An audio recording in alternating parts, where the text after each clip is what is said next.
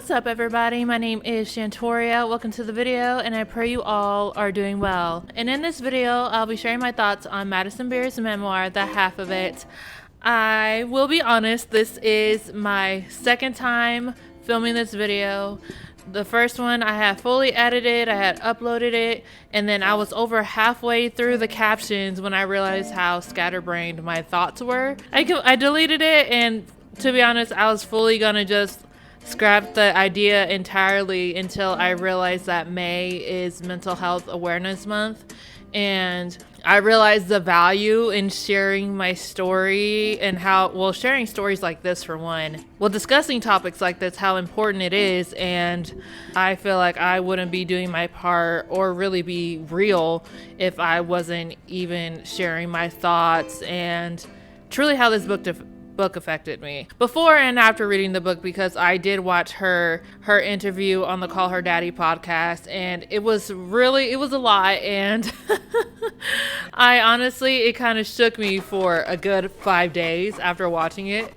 That's how heavy it was, because they did discuss topics of revenge porn and Sue and Clyde, and so that it really did shake me up for 5 days, a good 5 days. But within those 5 days, I really was reflecting over how on how I responded to certain things, topics being brought up, and it was very helpful, and I am thankful that I have watched that, and for that purpose to really do some self-reflection, but also to prepare myself for reading this book, because I was very excited and happy, and then I was like, oh, it gets real. So prepare yourself. This is a warning. Also, even though it is heavy, still have fun. We can still be able to have a little bit of fun, just a little bit of fun talking about heavy things. So be sure to subscribe, and now I will be getting into my critiques. So like I said, I was very excited for this book. I don't want to make it sound like past tense, like, oh, after reading this book, I was so sad. No, I was actually very much like, okay. The first thing I liked was the inclusion of footnotes and references to other books within her memoir, because I felt like I was actually reading a research paper, and it felt very informative, and I actually felt like I was getting key little nuggets in there about certain topics, and I can actually take that and use it in my day-to-day activity, my day-to-day life. So that was really nice. Another thing I liked, especially because I am a musical person myself, was the inclusion of music experience. It wasn't as in-depth as I thought it was going to be. And Madison, hopefully you will release another book or do a documentary about it, because I would love to know a little bit more in detail about the musical aspect of it. And I would say this book is more of a coverage topic of the effects of growing up with the internet, and really about overall cyberbullying and the effects of cyberbullying. And so she does include topics in music in there. She talks about releasing Selfish and the making of the music video for Reckless, which I was very happy to learn. She even includes about how she felt on being dropped from a label and having to go independent. And so it is more about the mental side of it, which is very much appreciated, because it makes it really kills that bubble. It kills that fantasy of, this is just really lighthearted and fun, and it can be, and it is, and it's awesome to do what you love. But people also don't really try to consider, or at least think too heavily about, the mental and physical, emotional stress and pressure that being a public figure, having a career that is so public, how that affects you. And especially growing up in an age where the internet, marketing yourself on the internet is essential. And so I love the inclusion in music. Like I said, I would love to have a book or a documentary going more into depth about that aspect. Just, a little personal. Another thing I really enjoyed in this book was being able to read. Being able to read. Yes, I enjoy being able to read. I was struggling. I struggled in school, okay? Reading is not my strong suit, and I'm thankful to Jesus that I read this book in 2 days. I was happy to read similar thoughts to my own, and though we did not go through though we did not go through similar things throughout life, she is my age. We're both 99 babies. We're both 99 babies. Hello. We grew up in the same time, and similar things were available to us, but we didn't experience the same thing.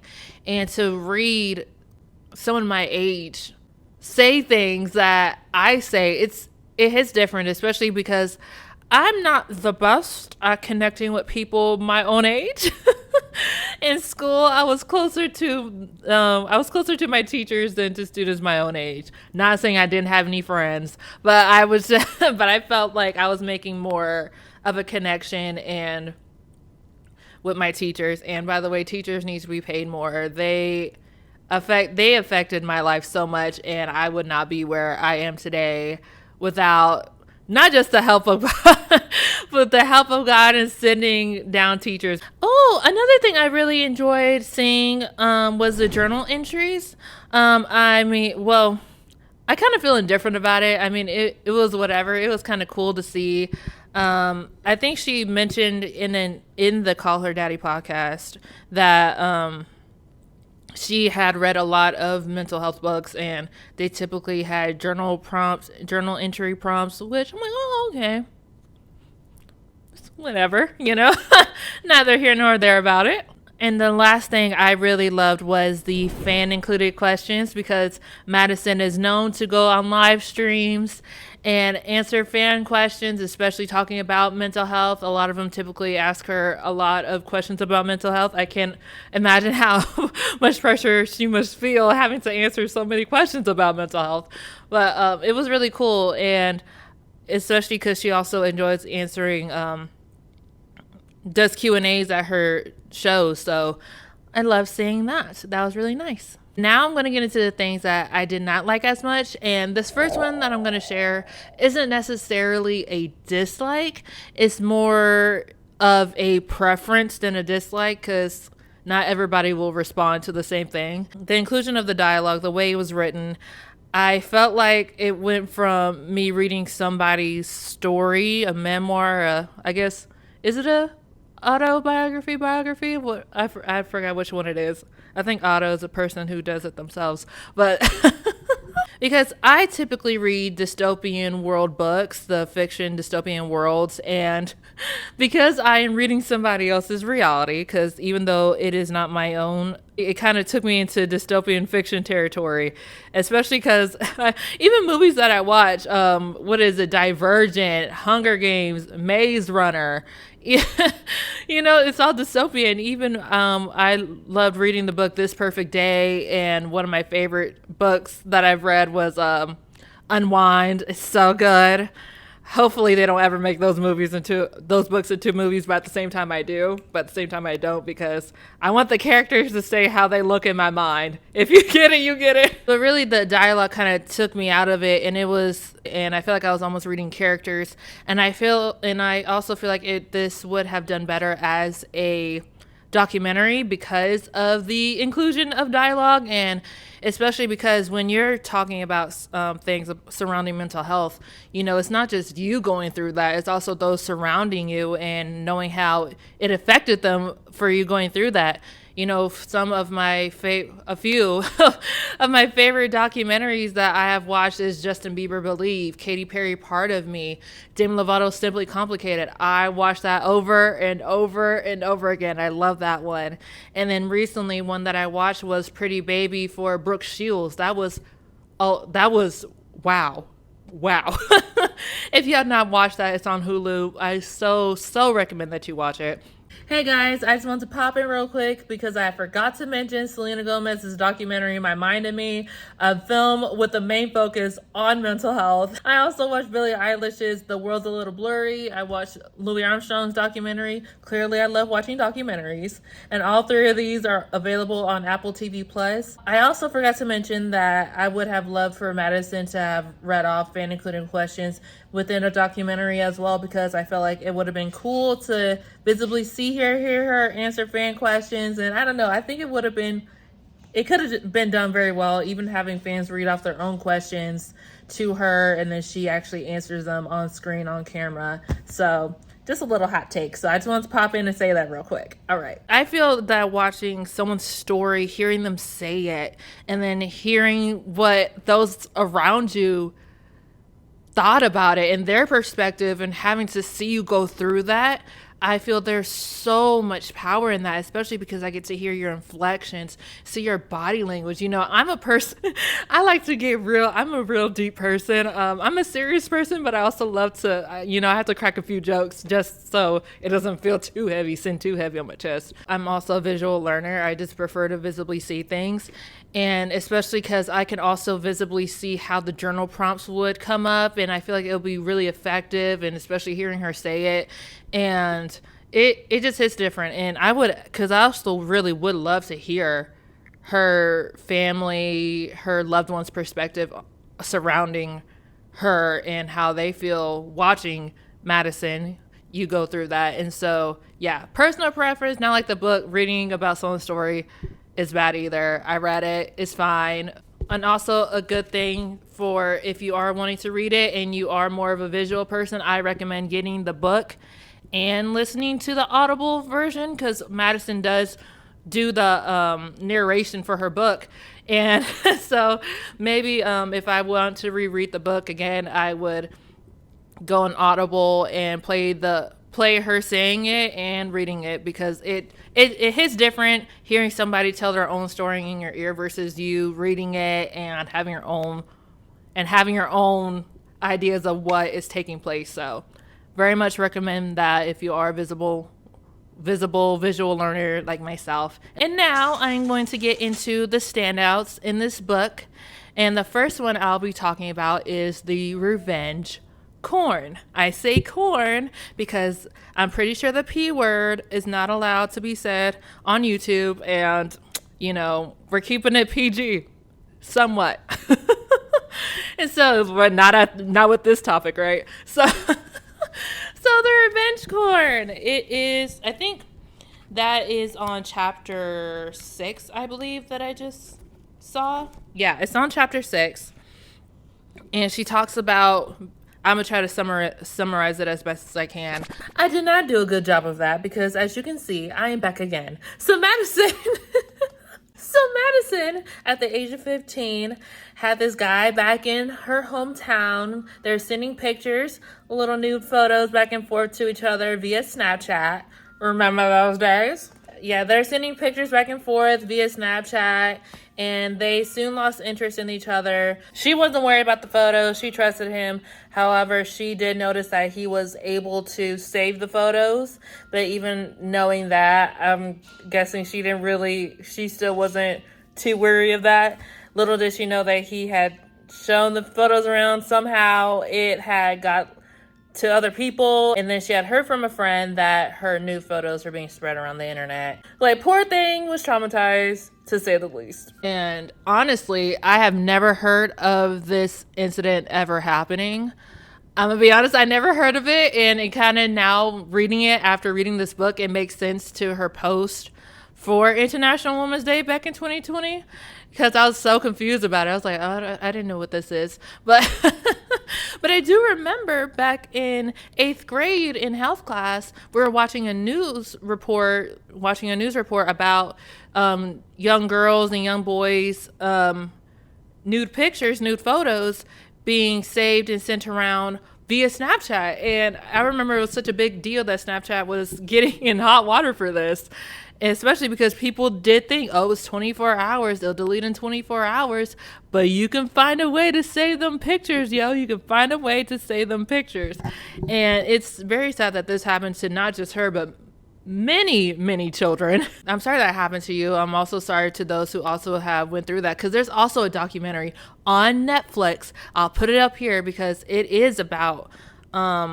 There was also a revenge corn site, and the guy running it, and a lot of young ladies and young men pictures were being put up there and people were talking poorly about them. And so this is a huge thing that many people go through and honestly take their own lives for, because it is, you know, via internet, it never goes away. Once it's on the internet, it never goes away. And what's sick and disgusting is that someone really tries to hit you with that again, try to really threaten the photos again to you, and you're like, no, forget that. You will not make me ashamed of doing this. And good for you. I'm very happy for you. And I pray, even though, you know, because I know that is, after reading the book, of course I say because after reading the book, I know that is connected to abuse that you had gone through, unfortunately, as a young child. So I'm very proud of you, chica. Si se puede, si se puede, si se puede. You are strong. Guapa. You're strong. You are guapa. You are an amazing being, and I'm so happy and proud for you. And now we're going to get into my next standout, which is cyberbullying. Because, you know, revenge porn is very much cyberbullying, is it not? Making sure I got nothing on my teeth. Okay. Like I said, this book is basically stemmed and is a overall umbrella of the effects of cyberbullying. And let me try to find the page, because there was a certain thing that was said in this book that really made me that really had me deep diving into everything. And what page is it on? So it is on page 114. And I'm going to try to not read too much of it, but I'm just going to read the part where it really stood out to me and really made me want to talk about the topic of cyberbullying. These are things no one would dare say to my face because they'd be too afraid to. It's a form of public humiliation. Sometimes I hesitate to use the word cyberbullying because it downplays the severity. If a partner or a family member used the same insults to me that I hear online, it will qualify as verbal abuse. Yet for some reason we don't take it seriously when it's over a computer screen. Okay? And the part that really stood out to me was, I hesitate to use the word cyberbullying because it downplays the severity. And at first, I was bothered about that sentence because I guess I didn't really fully process it either. And then I realized how she worded it or phrased it in here was the fact that people don't take cyberbullying serious enough. Many people think just because it's over the internet that it's an automatic, you should get over it because it's the internet. They don't know you anyways. They're just being stupid and dumb, and you know, it's not that serious. But really, nowadays, kids are growing up with the internet. She has said this in her book that children are growing up with iPads now. That is very true. Almost every cousin I know, almost all my little cousins, they know how to work an iPad. They know how to work a phone. By 2 years old, they know how to do that. And so also they're watching YouTube videos for entertainment and different Netflix shows. So it's very much important that we take it very seriously because it's integrated into our lives now. It's not like how even I grew up, because I'm part of Gen Z, and I'm the older side of Gen Z. I remember what it was like not having social media. You know, Facebook was really the only real form of social media, at least that I can remember, that people were really into, and kids still wanted to play outside. TV wasn't, we had TV, but I was glued to the TV. We had TV, video games, and I guess computer games, and the Paint little app thing. That's when kids actually went to the company's websites to actually play games. Cool Math, Pop Tropica. It hit different. So I'm really showing my age right now. I'm only 23. I'm still young. I'm still hip. I'm still young. I had dove deep into this, and it really made me want to research the difference between bullying, cyberbullying, and abuse, and what are the differences between those things. And now I am going to read the definition for bully, same thing, right? Oh, shoot. So the definition of a bully is seek to harm, intimidate, or coerce someone perceived as vulnerable. And the definition for cyberbullying is the use of electronic communication to bully a person, typically by sending messages of an intimidating or threatening nature. And then the definition for abuse is the improper usage or treatment of a thing, often to unfairly or improperly gain benefit. Abuse can come in many forms, such as physical or verbal maltreatment, injury, assault, violation, CAPE, unjust practices, crimes, or other types of aggression. Interesting, the separation, the difference between bullying and abuse, and I think it's a very, very thin line. And I had read on a website, I'm also gonna put up what I also researched on the screen here, because I had researched on a website and I had read that receiving bullying from your fellow peers can be just as, if not more, traumatizing than receiving abuse from your family members. And it makes sense. I can understand that because we can't always connect with family, and we as young people, we also learn to communicate and learn how to build relationships through friendships at school, and we truly do thrive also off of connection. And so trying to find your friend group is fun, it's interesting and it's fascinating, and it's really rough and hard to try to have a friend group, and then you're being treated poorly and you don't know why or understand. And even what I also recently saw a TikTok of a little boy who went to camp and he was just being bullied by people, and he was just so sad and hurt about it because he didn't understand why. And that hurts my heart, and I hate that for children. And especially because I have a personal connection with bullying, and I feel like I was being maltreated by certain family members. And I also experienced having to defend friends and a family member from bullying. And I never understand it, and it hurts my soul. And I pray that if you are a person who has bullied somebody or you have experienced it, mostly I'm going to talk to the people who bully you for a second.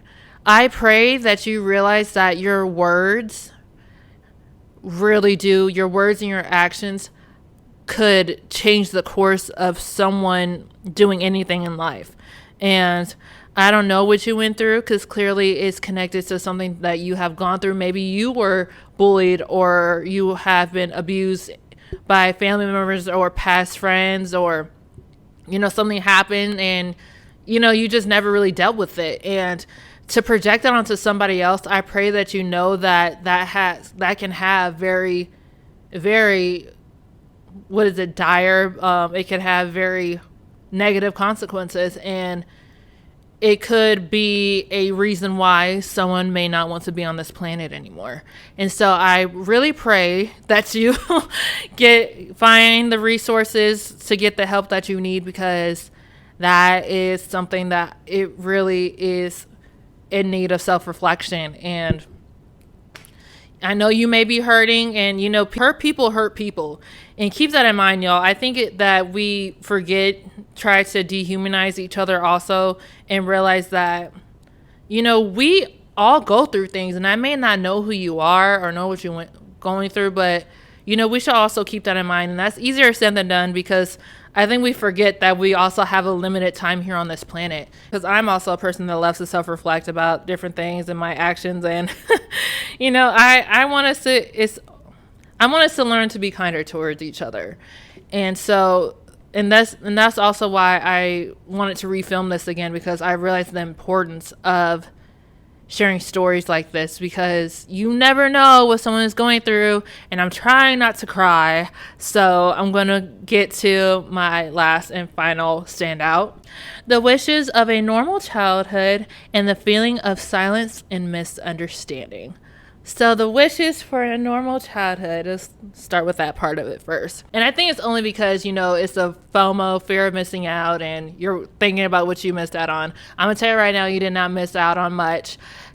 Coming from my own experience, I very much wanted to not be in public school. I always wanted to be homeschooled, and I wanted to work towards my dream of being a entertainer. And Lord allows us to go on certain paths for a reason, and I'm thankful that He cut mine off or didn't start mine yet, and I'm able to learn from you, some of my own age, because had I not, it's a weird way to think about it, but the things that hurt us are also almost seen as blessings, because we can use what we learned, the tools that we have been taken, and give it to somebody else. And it's hearing it from you that really helped me. Like, it had to be specifically you. I don't think people also know that sometimes we are placed in certain positions because it has to be this certain person to do it, or else it won't hit the way it needs to. And so I'm thankful to have learned about your story, heard your story, because it really killed that fantasy that I had about being an entertainer, and realizing how serious and heavy of a weight it is to be a public figure.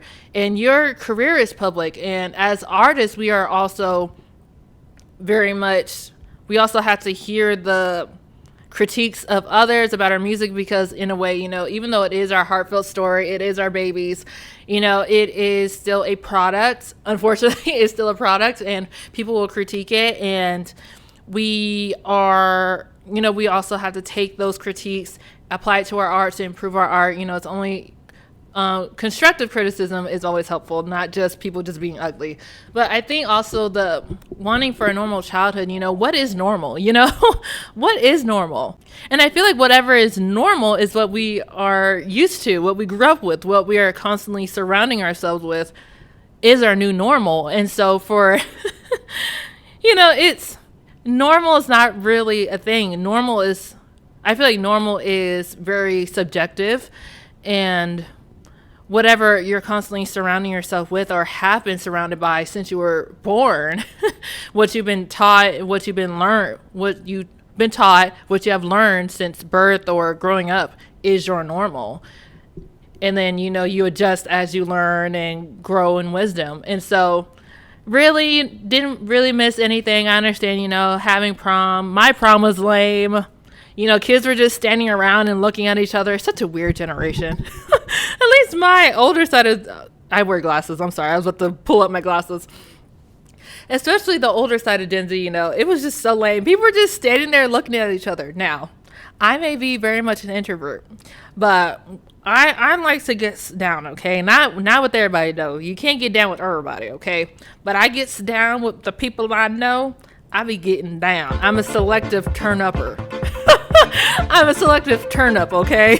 And now the second part of it is the feelings of silence and misunderstanding. And I think that also tags into the topic of her talking about her musical journey, and specifically about her musical journey and the beginning of it, and then her talking about trying to get Selfish as a single, and how her team didn't really believe in it. They wanted her to do a more upbeat song, which is understandable. They're coming from a perspective of business and what really works. Not everything will always work the way, it's not always formulaic, especially humans. We are not that formulaic.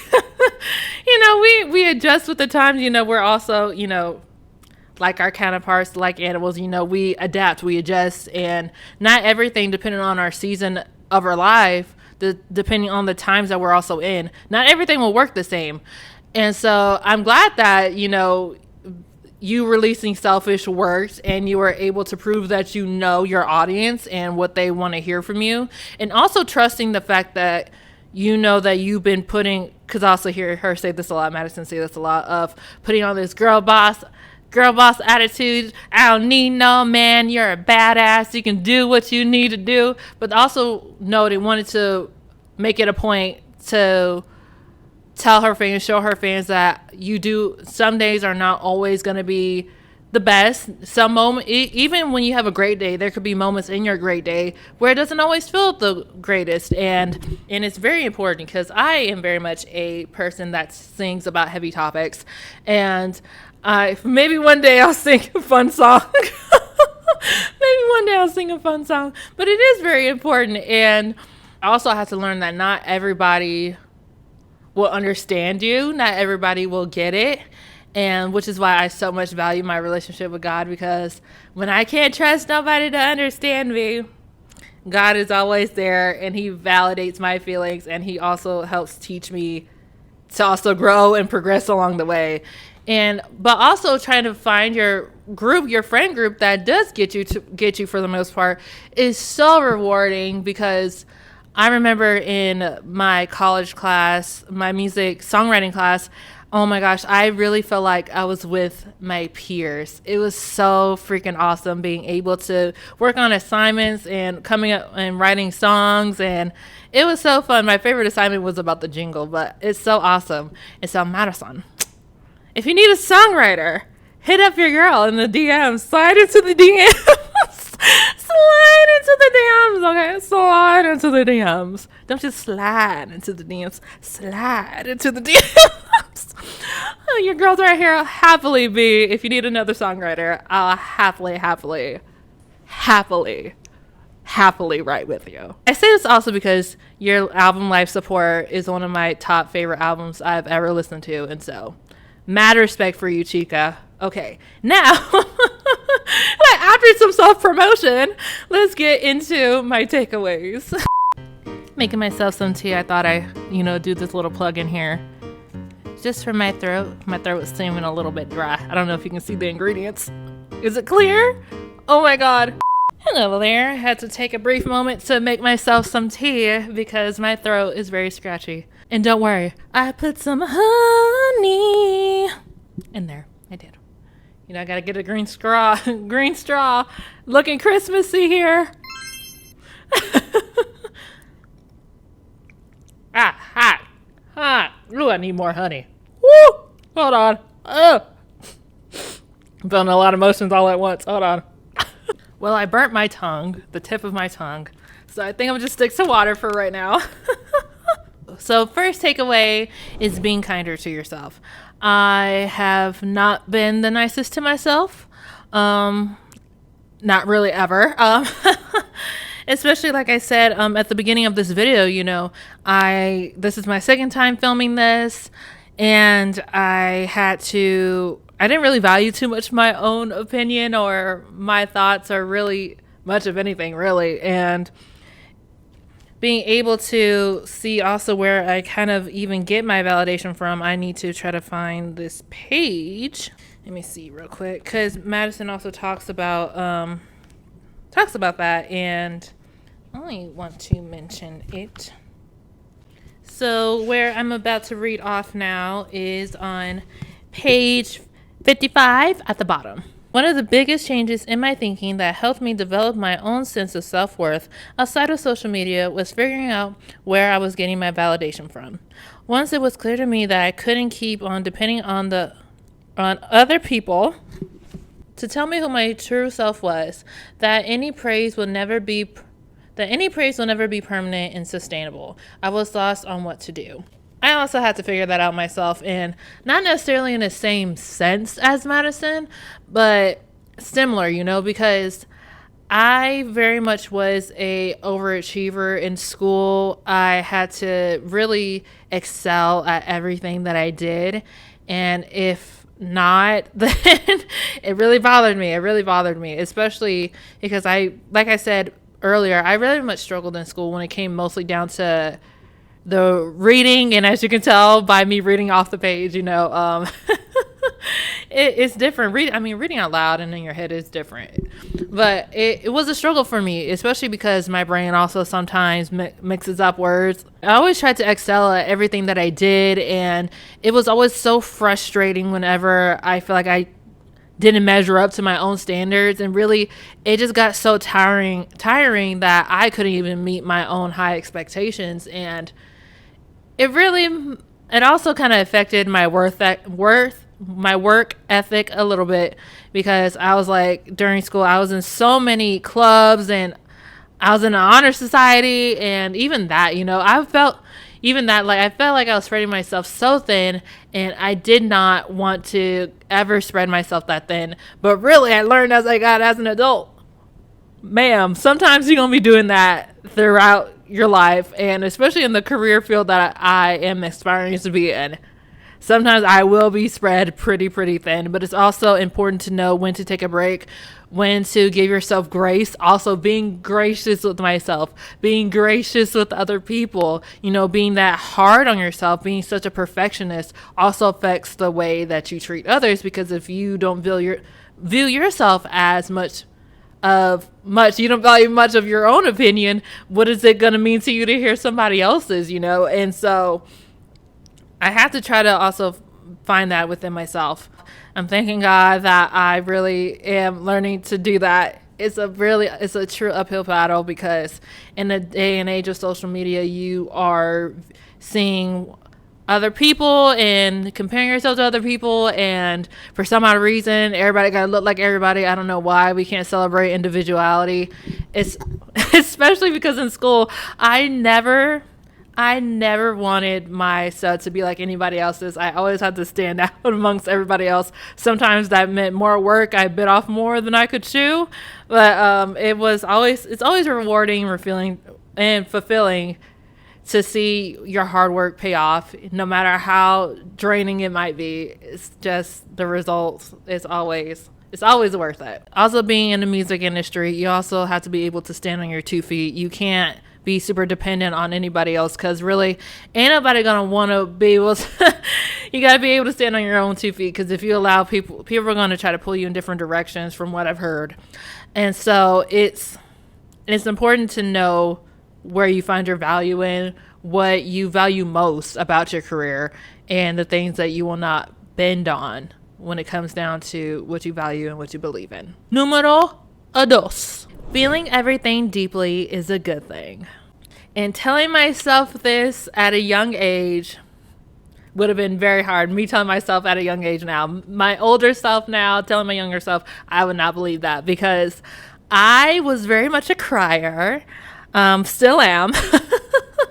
But crying is my first mechanism of doing whenever I just feel stressed and overwhelmed, and I feel a lot of emotions. Okay, I'm very emotional, and that's not a bad thing. I had to learn that it's not a bad thing.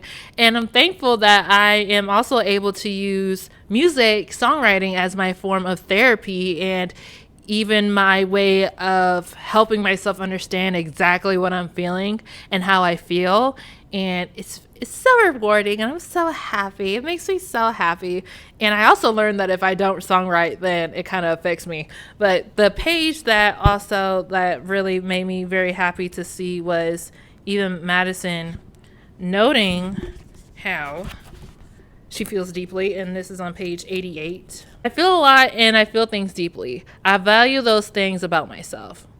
I have a lot of passion and a lot of empathy for the people around me.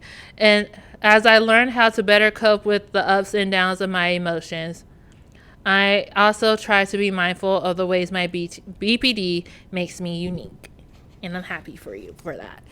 But also I also try to figure out how I can also apply this to my life. If you haven't noticed this already, of me trying to quote and reflect on these pages. But reading somebody else say that they feel so deeply is very, very comforting. And I have to also realize the value of me sharing that, because not ever, I don't know why being emotional and vulnerable is such like a taboo, like such a bad thing to do. Like, it's weird, because we all go through stuff. That's how we connect. I don't know, connecting all the time through sorrow is a good thing. That's not healthy. But being able to just have a moment to be like, look here, to find that comfort, to build that comfortable space to say, hey, bruh, I'm not feeling it today. I'm not feeling it. And to have someone there in your corner, it's like, okay, well, do you still want to do this fun thing to try to do a pick-me-up? Or, do you want to talk about it? Whatever helps you get through something is very important. And mine is music. And I'm so thankful to have read that someone else also feels very deeply. And it's not a bad thing to care. It's bad to, one thing that is very necessary is to not allow those other people's feelings to affect you too deeply or move you or shake you. Because You know, my mom and my cousin are like, oh, you could be a counselor. I'm like, I cannot, because I cannot handle everybody else's emotions sometimes, because then I'll have to take a second. You know, like I said, hearing Madison talking about her abuse and revenge, you know, it took me 5 days to try to recover from hearing all of that. So, you know, take it day by day. I would say for y'all who are struggling, it's day by day, take it day by day, moment by moment. Every day is a new day to do and be better. PSA. And lastly, my final takeaway is being your biggest advocate / artist struggles. Now, that everything that I have spoken about and talked about up until this point very much affects you being your biggest advocate. You know, being talked about so much and having your feelings also somewhat invalidated at some points really affects the way you view yourself and affects how hard you are willing to go, especially having many doors closed on you. Also, my own personal experience of having many doors closed on you. You know, it's hard to be your biggest advocate, and also hard for you to not see what other people are doing and try to mold yourself into that. And it's not bad to try to see what someone else did and you like it and you try to see how that can fit into your craft. But that's the thing, is that you try to see how that could fit into it. And if it doesn't, then it's fine. You just appreciate it in someone else's work, but don't try to mold yourself into what others want you to be. Be yourself. Figure out who yourself is, what makes you unique, embrace what makes you unique. And in music, you have to be your own biggest advocate, because if you're not going to stand up for you, if you don't think what you're doing is good, ain't nobody else going to believe in what you're doing is good. You have to really be your own hype man almost all of the time. And yes, that can be tiring. That's a loud plane. Oh my God. Oh my word. Whew. Jesus. But anyways, if you're not your own biggest advocate and you are so dependent on what other people say, then it's like no one wants to work with that. And so it's important. And some people will even try to take advantage of you being so naive and vulnerable and not knowing much. And so being your own biggest advocate. What is these planes? Oh my God. Be your own biggest advocate. Make sure to stand firm, stand tall on what you believe in. Like Madison said for her song Reckless and Selfish. Be firm on it. And especially her being an independent, she also experienced songwriting and understand the importance of having creative control. And I look forward to the day to be able to create and craft and everything. And it's very important. And I want to thank Madison for sharing your story. It was very, very helpful. It was very much having some of my feelings also be understood, or see some feelings of that I also felt understood, and also was felt that I know now that is also felt within other people is also very validating. And I also encourage you all to try to learn each other, learn about yourself, and really understand the value your story could bring and help other people in. And I pray that you find your true calling, where God has crafted you, molded you to be able to be a shining light, because like I said, you never know the impact your story may have until you share it. I encourage you all to read this book. I cannot advocate for it enough. Read the book, listen to it on Audible. Like I said, if you're more of a visual person, you like to really get into it, yeah. I encourage you to get the book, and then also have the Audible playing along with it, just so you can also get a feel for how she says it and how she feels about it, and hearing the inflections, like I said, is very important to me. Love documentaries. But yeah. Hey y'all, so I forgot to say this while I was filming, but Madison has a chapter titled Drink Me. I think it's chapter 14. Madison, Drink Me should be a song. Think about it. Drink Me should be a song. My name is Shantoria. Thank you all for watching. I pray you all have a blessed rest of your day and an awesome rest of your week. Peace out.